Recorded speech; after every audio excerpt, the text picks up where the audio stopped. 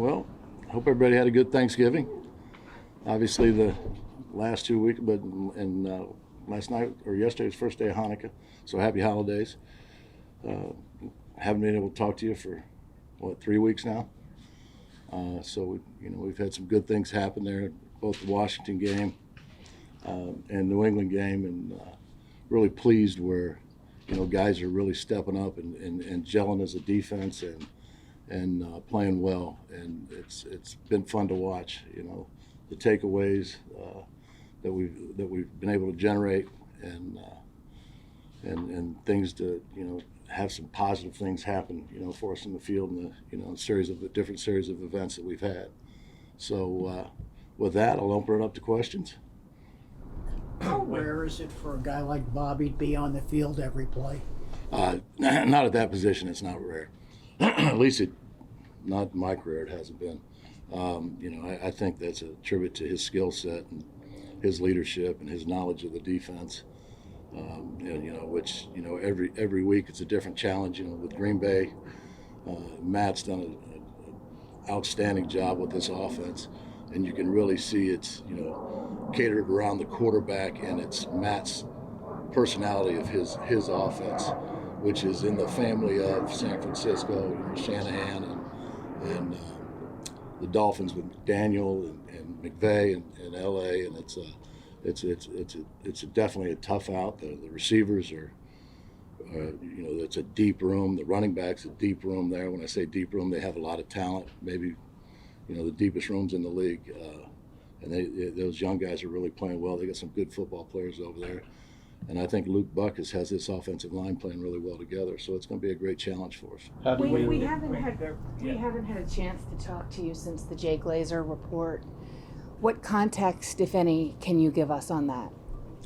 Context is fine. I mean, Kim, it's when you're 4-8 instead of 8-4, things like that come up. I think that the cookie cutter answer is we're focused on Green Bay, but I don't ever give you cookie cutters answers. I do tell you this though, that this game always has been and always will be about the players. And I want to keep it that way. I always say, I owe the players my composure, and I think that there's nothing you can do when someone says something. You know what I mean? There's nothing you can do about that, and I think that the response that you got from the players, it's just there was there's nothing that's happened that way. So, like I said, if I think Joe and Brian both, I've said it before, we're building something here, and I think you just got to stay focused on that. And today is Friday/Thursday practice, which when you're old, that really messes with you. But we're just ready to go and have a great practice today. But the crux of it was that, of that report was that there's a chance you might not even finish out this year here or wouldn't be back next year. What do you see as your future here? Because you've always raved about this organization. Yeah, and I still am. The Maras and the Tishes and this organization, I've said that this is not a stepping stone, it's a destination. It still is. And I think, when you're doing something the way we're doing it when we got here, and I'm talking about building this defense, is, when they build the big skyscrapers over there in the city, they put in the pilings. That's not fun to watch. It's fun to go see the building after it's done. And right now, we're still putting in the pilings in year two. And, I think there's things that you come across that are different. But as far as the answer where I'm going to be at, no one knows that.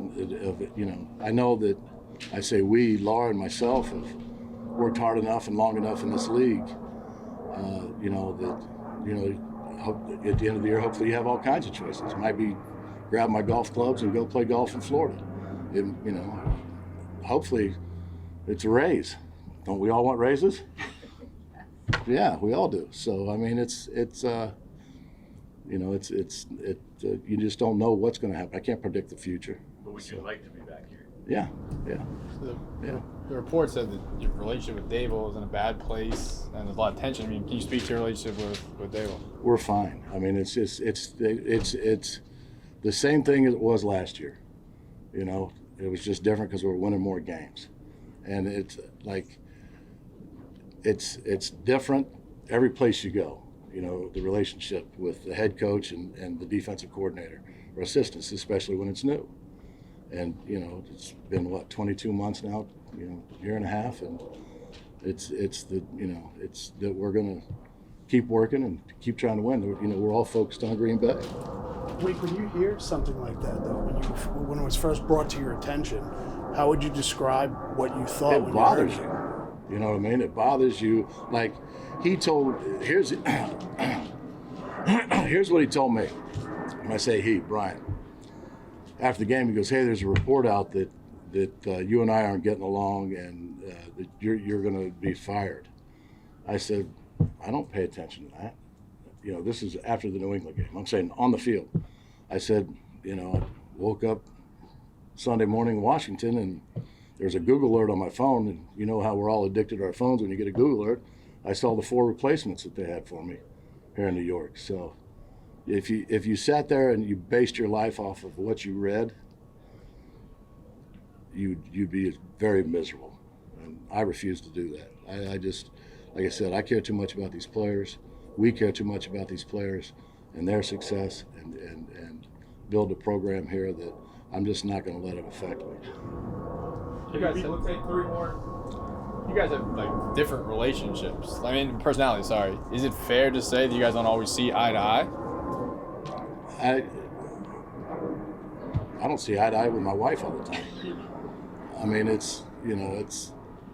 he's the head coach, and it's my job to forward his plan, and that's what I'm going to do.